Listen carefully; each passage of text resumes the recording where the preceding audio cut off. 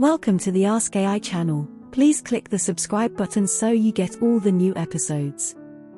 I am sorry, but I can't understand why physicists would not pursue something faster than the speed of light just because they can't measure the data. Wouldn't thinking outside the box be part of solving entanglement?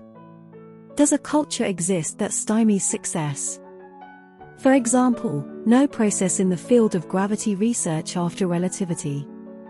Physicists are indeed thinking outside the box and pursuing all possible avenues to understand the universe better. The speed of light limit is not a lack of imagination or a cultural issue, but a fundamental aspect of our current understanding of physics, specifically Einstein's theory of relativity.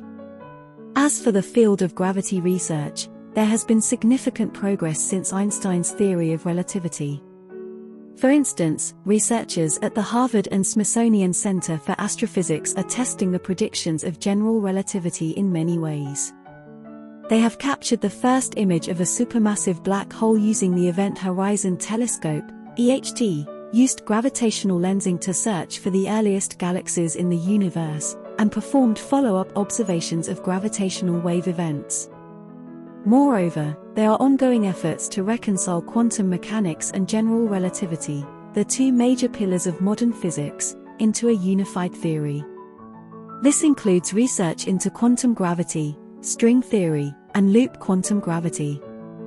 The challenge with faster-than-light phenomena is not that physicists aren't interested in them, but that they haven't been observed in nature and they lead to logical paradoxes and inconsistencies with well-established theories. That said, the history of science is full of examples where established ideas were overthrown by new evidence, so physicists keep an open mind and continue to test the limits of our understanding. In conclusion, the pursuit of knowledge in physics is a rigorous process, and while it may seem slow, it is continually moving forward, with each experiment and theory building upon the last. It's a process of constant learning, questioning, and discovery. Maybe some capitalist techniques to drive innovation.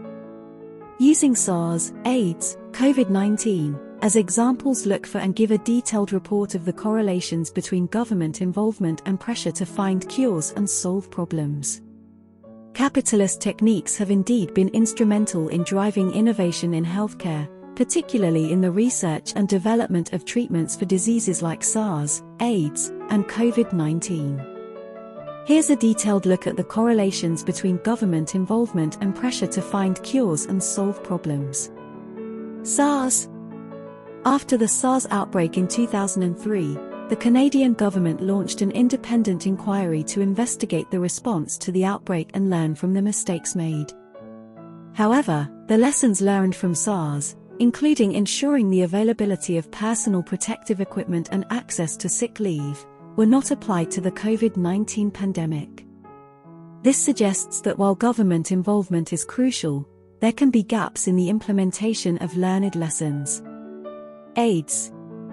The federal initiative to address HIV/AIDS in Canada is a key element of the Government of Canada's comprehensive approach to HIV/AIDS. The federal initiative provides funding for prevention and support programs reaching key priority populations, as well as research, surveillance, public awareness, and evaluation. In the US, the National Institutes of Health conducted most of NIH's early HIV/AIDS research after Congress passed the first bill with specific funding for AIDS research and treatment across the US Department of Health and Human Services. COVID-19. The Government of Canada has invested nearly $27 million to fund coronavirus research in Canada. This investment supports 47 research teams from across Canada that focus on accelerating the development, testing, and implementation of measures to deal with the outbreak. In another instance, the Canadian government announced $796,000 in funding from the National Research Council of Canada, NRC, through the Pandemic Response Challenge program. In all these cases, government funding and support have been crucial in driving research and development efforts. However, the private sector also plays a significant role. For instance, tens of billions of dollars are flowing annually into healthcare innovation and research and development (R&D) efforts. Big areas of focus include virtual health technologies, artificial intelligence, AI, tools to support clinical and administrative activities, and data analytics capabilities for clinical predictions and recommendations.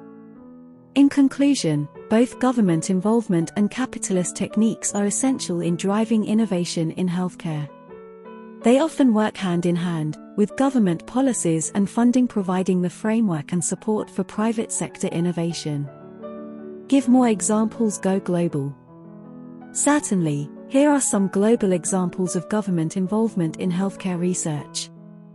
1. United States National Institutes of Health. The NIH is the largest public funder of health research in the world, with an annual budget of $26.1 billion. The NIH conducts research in its own laboratories and supports the research of non-federal scientists in universities, medical schools, hospitals, and research institutions throughout the country and abroad. 2. European Commission.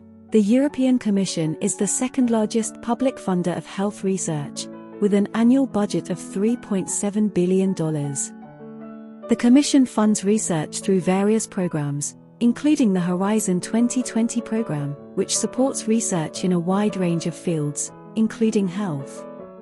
3. United Kingdom Medical Research Council, MRC. The MRC is the third-largest public funder of health research, with an annual budget of $1.3 billion. The MRC supports research across the entire spectrum of medical sciences, from fundamental lab-based science to clinical trials, and in all major disease areas.